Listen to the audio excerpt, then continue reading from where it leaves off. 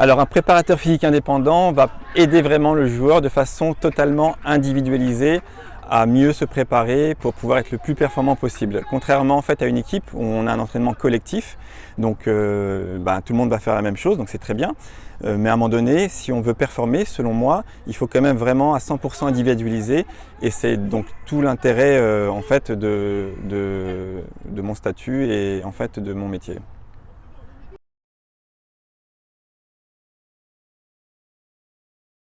On peut commencer très jeune, c'est pas le souci, c'est qu'en fonction de l'âge, on va travailler tel ou tel aspect pour aider le joueur déjà à se construire. C'est-à-dire quand on est très jeune par exemple, évidemment en dessous de 10 ans, on ne va pas travailler le travail de résistance, ça serait stupide. On va l'aider à travailler justement sa mobilité, son contrôle, on va l'aider à travailler sa vitesse. Donc il faut respecter en fonction de l'âge certaines caractéristiques physiologiques à le développer. Et donc plus on va le faire tôt, plus on va l'aider à se construire progressivement. En fait, c'est un vrai projet sur plusieurs années, c'est pas un projet sur quelques mois en fait.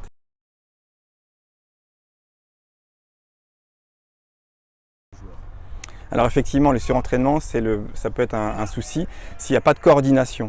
Parce que quand on s'entraîne tous les jours, quand on s'entraîne une fois, 2 fois par jour, effectivement, la récupération est fondamentale et on risque au contraire, au lieu de performer, de faire baisser les performances du joueur parce qu'il va trop s'entraîner.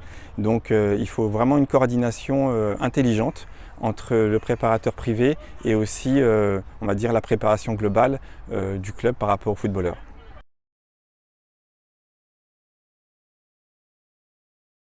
La récupération, c'est vraiment clé dans tout sportif et forcément pour un footballeur. Donc il y a plein de facteurs qu'on peut mettre, on va dire, en action pour aider la récupération. C'est sur plusieurs aspects, hein. Évidemment, la récupération, si on mange bien, on va plus vite récupérer parce que le corps va avoir moins de problèmes à digérer. Le sommeil est vraiment fondamental, donc il faut aider aussi parce que c'est pendant le sommeil qu'on récupère. Ça va être aussi l'hydratation qui est fondamentale pour la récupération. Ça va être aussi certains nutriments pour pouvoir aider à combler le déficit dû à la transpiration. Ça peut être aussi forcément différentes technologies diverses et variées qui vont aider en fait le corps à pouvoir justement récupérer de la meilleure des façons le plus rapidement possible pour permettre de nouveau à reprendre des entraînements on va dire à une certaine intensité.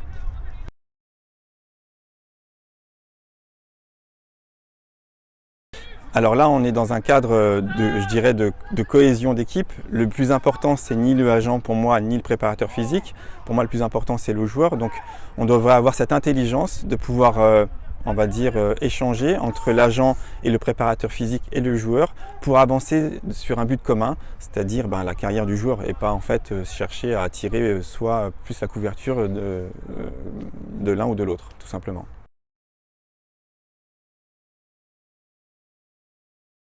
Ça peut arriver dans les deux sens, il n'y a pas de différence. Le plus important, c'est que si le joueur fait une démarche personnelle, il faut respecter son intention parce que c'est qu'il cherche forcément quelque chose qu'il n'arrive pas à obtenir pour l'instant dans son club. Donc il faut pouvoir regarder et l'écouter et l'accompagner. Et inversement, si c'est l'agent qui pense que le joueur a besoin d'un préparateur à côté, il doit le faire vraiment toujours dans cette démarche d'aider le joueur pour son bien-être et pour son développement personnel par rapport à optimiser sa qualité de joueur. Et donc il doit forcément avoir l'accord du joueur pour pouvoir aussi à ce moment-là créer on va dire une team avec le préparateur physique pour l'aider. Encore une fois, le plus important reste le joueur